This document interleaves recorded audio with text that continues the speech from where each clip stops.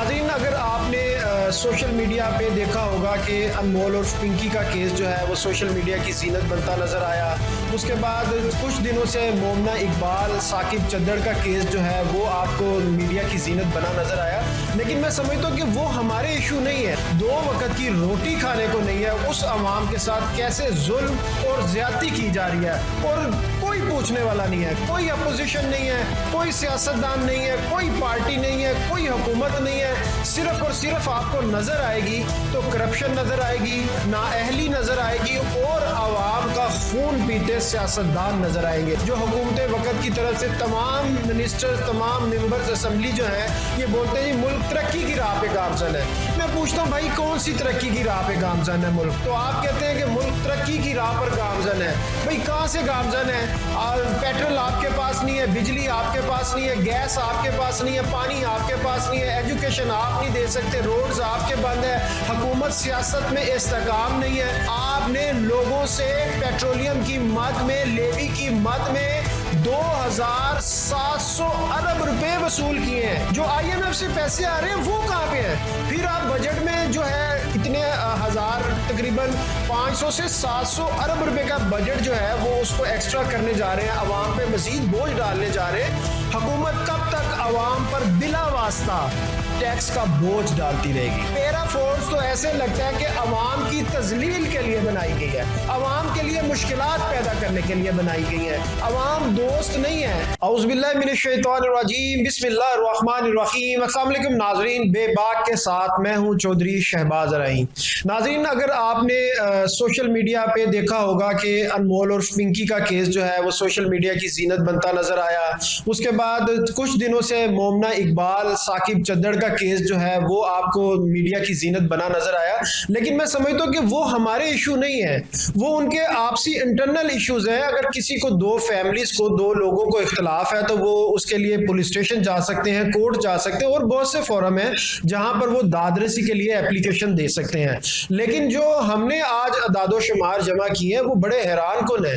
आप परेशान हो जाएंगे कि अवाम के साथ हुकूमत वक्त कैसे कैसे खिलवाड़ कर रही है, कैसे कैसे जो मामलात हैं उस अवाम के साथ जिसके पास 2 वक्त की रोटी खाने को नहीं है, उस अवाम के साथ कैसे जुल्म और ज्यादती की जा रही है और कोई पूछने वाला नहीं है। कोई अपोजिशन नहीं है, कोई सियासतदान नहीं है, कोई पार्टी नहीं है, कोई हुकूमत नहीं है। सिर्फ और सिर्फ आपको नजर आएगी तो करप्शन नजर आएगी, नाअहली नजर आएगी और अवाम का खून पीते सियासतदान नजर आएंगे।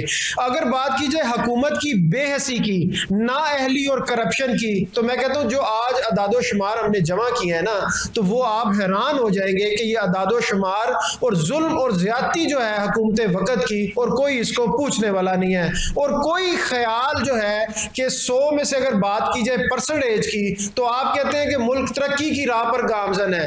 भाई कहां से गामजन है?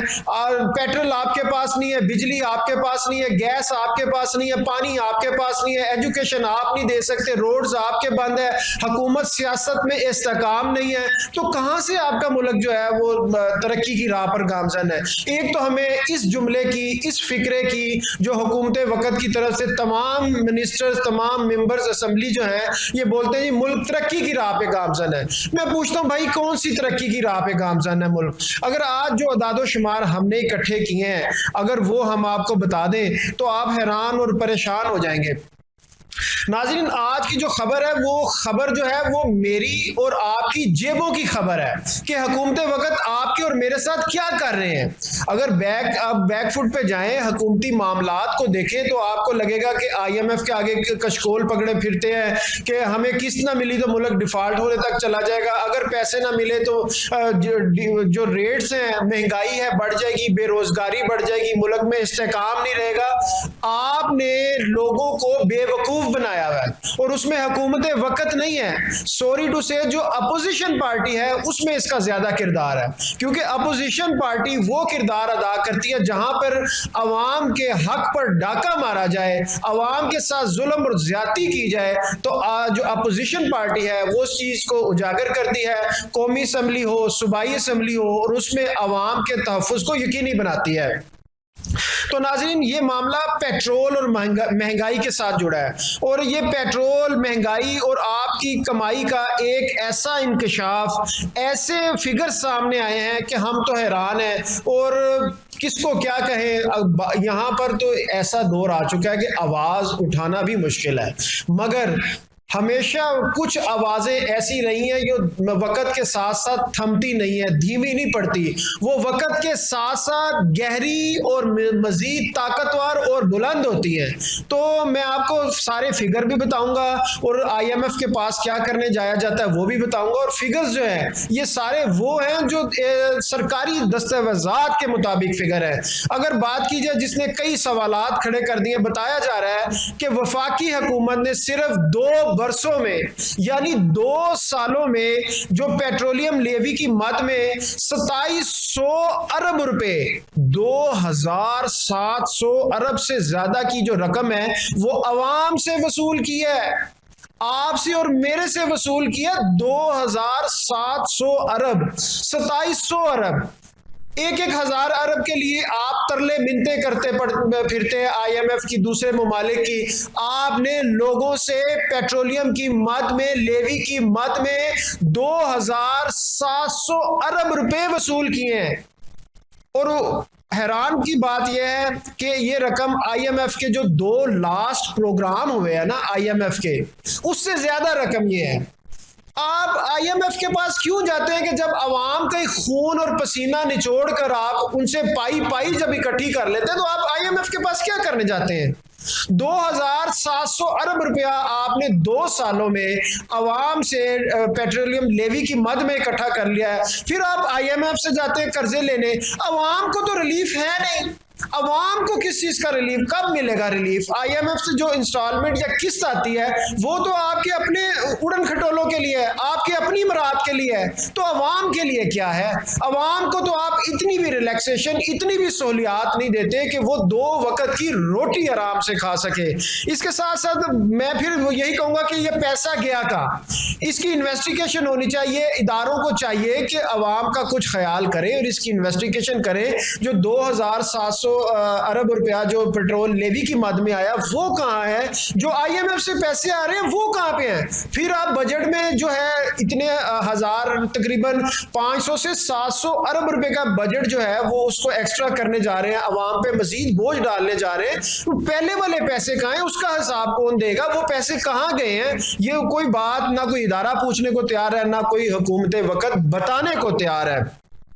अगर इतनी बड़ी रकम वसूल हुई तो आम आदमी की जिंदगी में 1% भी रिलीफ क्यों नहीं आया? रिलीफ कहते जरूर हैं, लेकिन हुकूमत वक्त के जो रिलीफ कहने की बातें और होती हैं, स्टोरियां और होती हैं, लेकिन अगर दीवार के या पर्दे के पीछे साइड पे देखा जाए तो बिल्कुल टोटली डिफरेंस नजर आता है।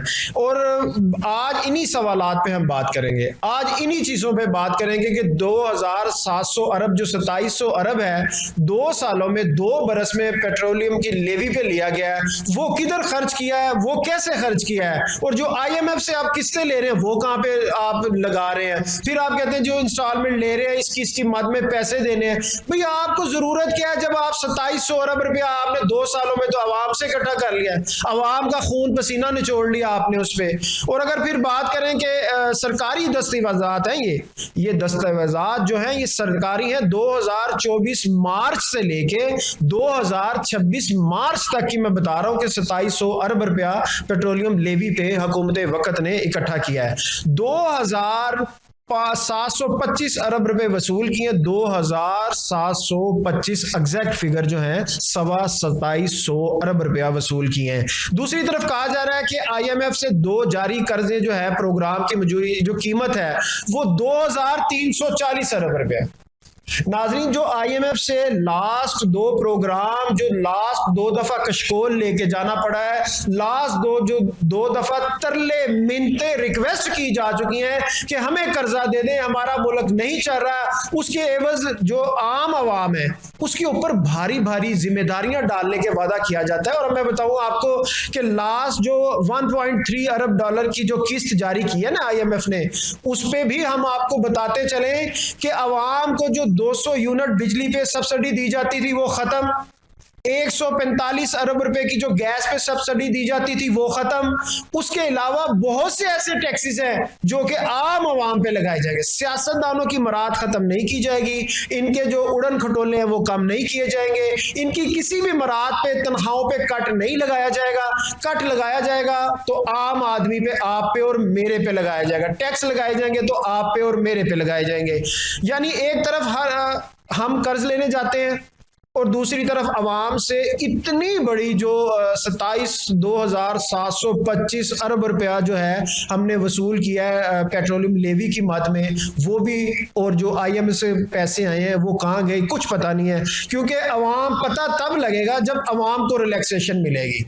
आप इतने इतने बड़े प्रोजेक्ट लॉन्च कर देते हैं कि 1 करोड़ इसको मिलेगा, 30 लाख इसको मिलेगा, 20 लाख इसको मिलेगा, ट्रैक्टर, गाड़ियां, घर, लेकिन ये सब किताबी बातें हैं, इसका हकीकत के साथ कोई ताल्लुक वास्ता नहीं है। अवाम को आपने सॉरी टू से बेवकूफ़ बनाया हुआ है और हम बने हुए हैं। उसमें ये नहीं कि सारी सियासतदानों की गलतियां नहीं है, अवाम की भी गलतियां हैं उसमें, लेकिन हमारा काम है सवाल उठाना। अब हम आपको ये भी बताते चलें कि इतनी ज़्यादा जो वसूलियां हुई हैं ना, तो अवाम को पेट्रोल में, बिजली में, गैस में कहीं ना कहीं तो रिलैक्सेशन मिलनी चाहिए थी ना। आटे में, दाल में, चीनी में, ग्रोसरी में, बच्चों की एजुकेशन में, हेल्थ में, किसी चीज में तो रिलैक्सेशन देते हैं अवाम को। आपने किसी चीज में भी अवाम को कोई रिलैक्सेशन नहीं दी। और जो 2,725 अरब थे पेट्रोलियम की लेवी में, उसका भी कोई पता नहीं है। और जो IMF से कर्जे आए हैं उसका भी कोई पता नहीं है। और दस्तावेजात के मुताबिक रवा माली साल, ये जो साल चल रहा है, इसके 9 महीने में यानी जुलाई 2025 से लेके मार्च 2026, मैं फिर आपको बताता चलूं, जुलाई 2025 से लेके मार्च 2025 तक, यानी कि अब तक स्टिल टू डेट तक 1205 अरब रुपए से जायद पेट्रोलियम लीवी जो है ना, पेट्रोलियम लीवी, वो इन 9 महीनों में 1200 अरब रुपए से ज्यादा की पेट्रोलिंग लीवी जो है वो हुकूमत वक्त ले चुकी है। और जबकि माली साल 2024-25 में ये रकम 1220 थी। यानी कि अगर 2024 और 25 की बात की जाए ना, 2024 और 25 पूरे साल में 1220 अरब रुपए की जो है पेट्रोलियम लेवी ली गई थी। लेकिन अब इन्होंने अपना, जिसको कहते हैं ना, छुरा तेज कर दिया, छुरी तेज कर दी है, अपने मामलात को बढ़ा दिया है, लोगों को बलि का बकरा बना दिया। ये बकरा ईद आने वाली है, आपने तो अवाम को बलि का बकरा बना दिया है। आपने 9 माह में 1205 अरब रुपए की पेट्रोलियम लेवी अवाम से वसूल कर चुकी है। और इसके अलावा अप्रैल जून 2024 के दौरान सिर्फ 3 माह में 300 अरब रुपए की जो है वो आप वसूल कर चुके हैं, 300 अरब रुपया। और इसके साथ साथ नाज़रीन, एक सवाल यहाँ पर यह भी पैदा होता है कि क्या ये बिला वजह बराह रास्त अवाम पर मुंतकिल किया जा रहा है। जब पेट्रोल महंगा होता है ना नाज़रीन, तो हर चीज़ महंगी हो जाती है। पेट्रोल का जो फैक्ट है ये हर चीज पे पड़ता है।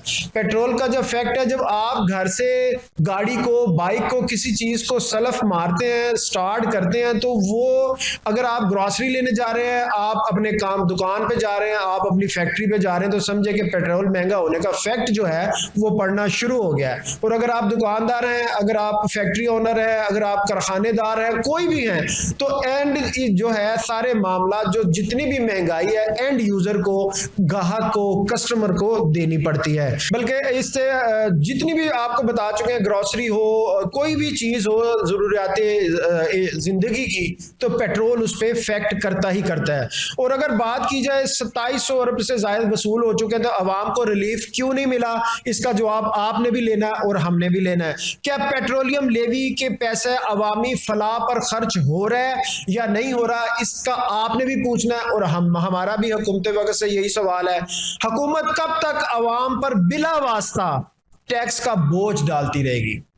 आम आवाम पे बिला वास्ता जो टैक्स के बोझ डाले जाते हैं, ये कब तक लगाए जाएंगे? ये हमारा भी सवाल है, आपका भी यही सवाल है। क्या महंगाई कम करने के लिए कोई वाज़िया हिकमत अमली या कोई वाज़िया पॉलिसी हुकूमत वक़्त के पास है या नहीं? इसका आपने भी जवाब मांगना है और इसका हम भी सवाल करते हैं। अलबत्ता हुकूमत का मौक़िफ़ है, ये हो सकता है कि माशी इस्तेहकाम, कर्ज़ों की अदायगी और मालियाती ज़रूरियाती पूर्व ज़रूरियात जो इनके उड़न खटोले मरात, जितनी भी इनके ऑफिस को रेनोवेशंस की जाती हैं, प्रोटोकॉल्स में जो खर्चे आते हैं, ये सारी वो इनकी ज़रूरियात हैं। ज़रूरियात पूरी करने के लिए ऐसे इकदाम ज़रूरी होते हैं, हुकूमत वक़्त ये कह सकती है और हो कहती भी ऐसा ही है। ताहम अवाम का सवाल यही है कि इसका फ़ायदा आम अवाम को कब मिलेगा? यानी कि जो आपने पेट्रोलियम की मसनूआत में महंगाई की है, आप टैक्सेस लगाए जाते हैं, दिन ब दिन आए दिन कोई ना कोई टैक्स लगता है, आए दिन कोई ना कोई टैक्स लगता है, आए दिन कोई ना कोई अथॉरिटी बनती है, आए दिन कोई ना कोई प्रोजेक्ट लॉन्च कर दिया जाता है। अगर आप बात करें, आखिर में हम बात करेंगे पैरा फोर्स की। पैरा फोर्स तो ऐसे लगता है कि अवाम की तजलील के लिए बनाई गई है, अवाम के लिए मुश्किलात पैदा करने के लिए बनाई गई है। अवाम दोस्त नहीं है। हम बात करें हकीकत की, कागजी कार्रवाइयों की हद तक तो सब अच्छा है। कागजी कार्रवाइयों में तो आप लोग रोज कहते हैं कि मुल्क तरक्की की राह पर गामजन है, मगर हकीकत में तो ऐसा नहीं है। हकीकत में तो अवाम को 2 वक्त की रोटी खाने की मुश्किल है, अपने कारोबार चलाने मुश्किल है, अपना घर चलाना मुश्किल है, अपनी फैमिली के अखराजात उठाने मुश्किल है, अपने किचन की ग्रोसरी के अखराजात उठाने मुश्किल है, अपने बच्चों की हेल्थ के अखराजात उठाने मुश्किल है, अपने बच्चों की एजुकेशन के अखराजात उठाने मुश्किल है। तो आप कब अवाम को रिलीफ देंगे? अवाम का एक सीधा और साफ मासूमाना सवाल है कि अवाम को रिलीफ कब मिलेगा? और जितने इदारे आप बना रहे हैं, जब तक कि वो अवाम के रिलीफ के लिए नहीं बनाए जाएंगे ना, आप कहते तो यही है कि पैरा फोर्स बनी है और ये पहले जाएंगे, सलाम करेंगे, फिर अवाम से पूछेंगे, फिर उनकी मदद दादरसी करेंगे। ऐसा नहीं है, हकीकत में ऐसा नहीं है। हकीकत में ये लोगों की तजलील करते नजर आते हैं, हकीकत में लोगों को दुदकारते नजर आते हैं। अगर आपके एसी की बात की जाए तो वो भी लोगों को तंग करते नजर आते हैं, रेडी बानों को तंग करते नजर आते हैं, कभी तजावजात के नाम पर, कभी कम महंगाई के नाम पर कि आपने इस चीज़ का रेट ज़्यादा लगाया है। तो बहुत सारे ऐसे इश्यूज हैं, उसको हम अगले नेक्स्ट व्लॉग में आपसे डिस्कस करेंगे। अभी सवाल हमारा फिर वही है, और हमारा जो आज की वीडियो व्लॉग का मकसद था कि 2725 अरब रुपया 2 बरसों में, 2 सालों में पेट्रोल लेवी में लिया गया है, वो कहाँ गया है? और जो कर्जे लिए जा रहे हैं IMF से, वो कहां जा रहे हैं? बात यह है कि कर्जे ले आप, लेवी ले आप, मामलात सारे इकट्ठे करें, पैसा आप खर्च करें, आप मरात आपकी, और टैक्स भरे अवाम, मैं और अवाम। हम क्यों भरे? हम क्यों दें? टैक्स तो दिया जाता है अवाम की आसानी के लिए, कि अवाम की मुश्किलात के लिए। तो नाज़रीन, आज की वीडियो बनाने का मकसद और सवाल हमारा ये है कि जो 2725 अरब रुपया 2 बरसों में पेट्रोलियम की लेवी की मद में लिया गया है, वो कहां पर खर्चा गया? वो अवाम की फलाह के लिए, अवाम की आसानियों के लिए, अवाम की रिलीफ के लिए खर्चा गया। तो उसकी तफसीलात शेयर करनी चाहिए अवाम से कि भाई ये आपसे हमने टैक्सेस लिए हैं, ये आपके ऊपर लगा दिए हैं, भाई ये कर्जा IMF से लिया है, ये हमने इसको ऐसे यूटिलाइज किया है। तफसीलात अवाम का हक है, आप अवामी नुमाइंदे हैं, आपसे ज्यादा, आपकी फैमिली से ज्यादा अवाम का आप पे हक है। अवाम आपको एक मोहल्ले से, एक शहर से उठाकर असम्बलियों तक लेके जाती है। आप अवाम के वोट, आपको अवाम वहां पे ले जाके ठंडे कमरों में वहां पे बैठाती है। आपके अवाम के लिए कुछ वहां पर आसानियां तलाश करें, अवाम के लिए रिलीफ तलाश करें, ना कि आप अपनी मराहत ही तलाश करते रहें, अपनी तनख्वाहें ही 900% बढ़ा लें। हाल ही में नाजरीन, सूबाई असम्बली है, इन्होंने अपनी तनख्वाहों में 900% इजाफा किया है। 900%। जिसकी तनख्वाह 1 लाख थी, उसकी तनख्वाह 9 लाख रुपए हो गई है। 900% बढ़ाया है। और उस पर अफसोस दर अफसोस ये है कि अपोजिशन जो हुकूमत के साथ कहीं पे भी आपको बैठती अवाम के रिलीफ के लिए नजर नहीं आती। अपने मुफादात के लिए हुकूमत और अपोजिशन ने ये बिल दोनों ने मुत्तफिक होकर मंजूर करवाया और अपनी मरात भी ली और साथ साथ अपनी तनख्वाहें भी 900% बढ़ा ली हैं। यानी कि अगर किसी की 3 लाख थी तो 900% बढ़ गई। और उसके बाद आपको एक और ये भी बताते चलें कि इन्होंने 100 जितने भी वज़रा हैं उनके लिए गाड़ियां बिल पेश किया, मंजूर हो चुका है। यूसुफ रजा गिलानी जो सेनेट के चेयरमैन है, इनको भी 9 करोड़ रुपए की गाड़ी। भाई पहले भी आपके पास गाड़ियां, क्यों आप आवाम के जो सांस भी खींचना चाहते हैं, सांस भी छीन लेना चाहते हैं आवाम से। तो ये थे नाजरीन आज के हमारे सवाल। ये सवाल है आपके और मेरे जो हमने हुक्मरानों से पूछे। इसका जवाब आप भी हमें दे सकते हैं, हुक्मरानों से भी हमने इस सवाल कर दिए हैं।